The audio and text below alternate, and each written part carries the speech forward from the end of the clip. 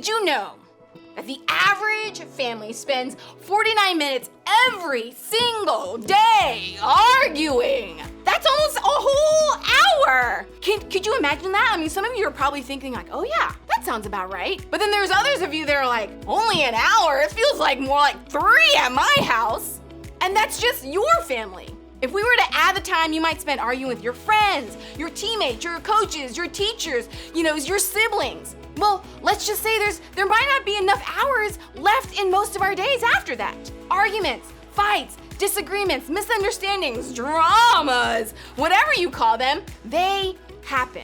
Sometimes they're big and sometimes they're small. Sometimes you make up and sometimes you don't. The reason for the fight or the outcome after the disagreement may be different every single time. And I think there's one thing that most arguments have in common. Behind just about every disagreement you'll have in your life is this thought: I know better than you. Ugh, that's tough to admit, isn't it? I don't think many of us would say, yeah, I definitely know better or am better than the last person I fought with. But deep down, we know we've thought it. At least I have. I know I look really young.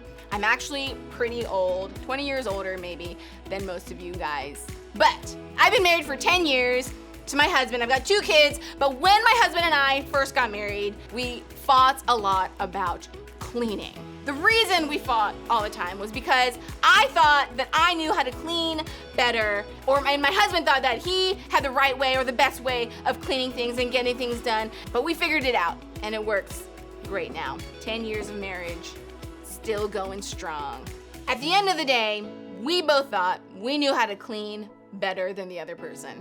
I know we've been talking about cleaning and whatever, but whether we realize it or not, I think most of the drama, disagreements, or arguments, and fallouts in our relationships with others are influenced by the fact that we think that we're better. We think we're right and they're wrong. We know and they don't. We're smart and they're not. I know how to clean and you don't. We may never say this out loud, but we certainly think it. And eventually, those thoughts motivate our actions. They change the way we not only see ourselves, but also the people around us. We believe we know better, or do better, or are better. And eventually, we start to act as though we deserve better. Maybe you think you're the best player on your team, so you deserve to be captain. But when the other kid is named captain instead of you, you argue with your coach because you think you're better. Or maybe you think you're the best musician in your school band or orchestra, and you deserve to be first chair. When someone else is given that spot, well, that's when you get mad. Maybe you think you're a better friend than another girl in your friend group, so you deserve more of your friend's attention. When they don't give you the attention you hoped for, well, then that's when the drama begins. None of this sounds super great, does it? And even if we were actually better at something or know better than someone else, thinking about it can affect how we perceive ourselves and others. I don't know about you, but it's hard for me to admit the way I think about myself compared to other people sometimes. It's hard for me to acknowledge that the reason some of my relationships have conflict is because of me. It's because of the way I see myself as better than another person in the equation. But I think it's an important truth for all of us to realize about ourselves.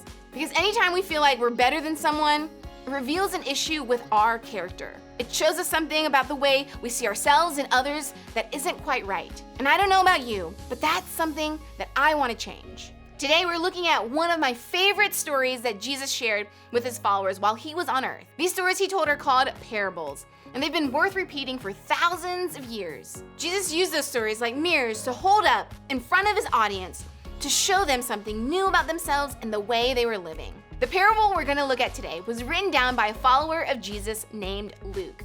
When Jesus shared this particular parable, he was at a dinner party held by a really respected man in the community. And before they started eating, the guests carefully chose where they were going to sit. Here's what's important to know about that. In the culture at this time, choosing a seat at the table was a really big deal. The closer you sat to the host at the party, the more status you had. So if these people got a seat next to this really respected man that was throwing this party, it showed everyone else that they were better, cooler, and much more important than the other guests. Their seat determined their status. Now, knowing this to be true in their culture, Jesus wanted to explain that he valued something different. So, he shared this parable with the dinner guests around the table. When someone invites you to a wedding feast, do not take the place of honor, for a person more distinguished than you may have been invited. If so, the host who invited both of you will come and say to you, "Give this person your seat." Then, humiliated, you will have to take the least important place. But when you are invited, take the lowest place, so that when your host comes, he will say to you, "Friend, move up to a better place." Then you will be honored in the presence of all the other guests. For all those who exalt themselves will be humbled, and those who humble themselves will be exalted. Okay, let's break down what Jesus was saying here. Imagine you've been invited to the biggest, coolest, awesomest party ever hosted by, Noah Centineo. I would definitely want to be at that party, but you've got two options. You can either sit right next to the host, or you can choose to sit farthest away from the host at the end of the table.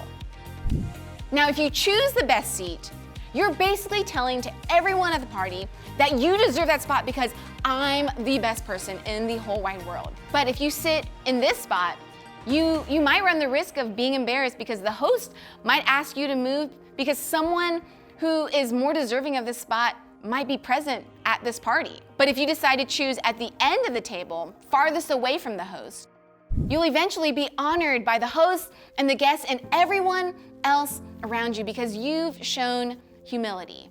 Humility means that you put others before yourself, that you're thinking of other people before you're thinking of yourself. A humble attitude will motivate humble actions. Having humility in your heart will change the way how you treat and react to other people. Why was Jesus teaching about humility? Because it's the way his kingdom works. Jesus himself showed us that. When he came to earth, he was perfect. He literally was the best. But did he walk around proclaiming that to everyone? Did he take the top spot everywhere he went? No.